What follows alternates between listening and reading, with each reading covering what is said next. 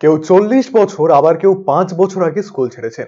শনিবার সেই প্রাক্তনীরা নস্টালজিয়ায় ভাসলেন স্কুলের প্ল্যাটিনাম জুবিলি উৎসবকে কেন্দ্র করে।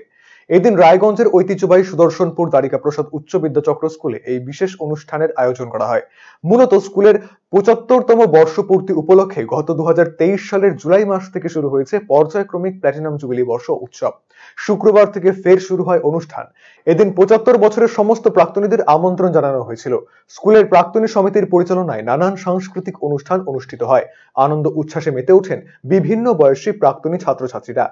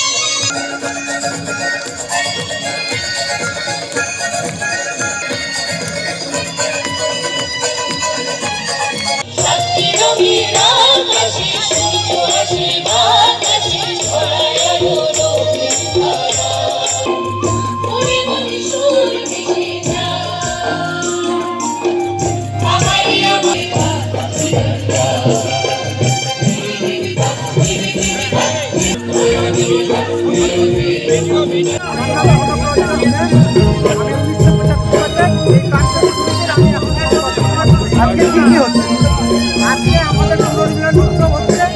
এখানে আমাদের 1958 সাল থেকে আজ পর্যন্ত যারা প্রাক্তনী হয়নি এখানে হাজির হয়েছে, এবং এটা একটা আমাদের কাছে ব্যাপার যে বাবা ছেলে দুজনে এখানে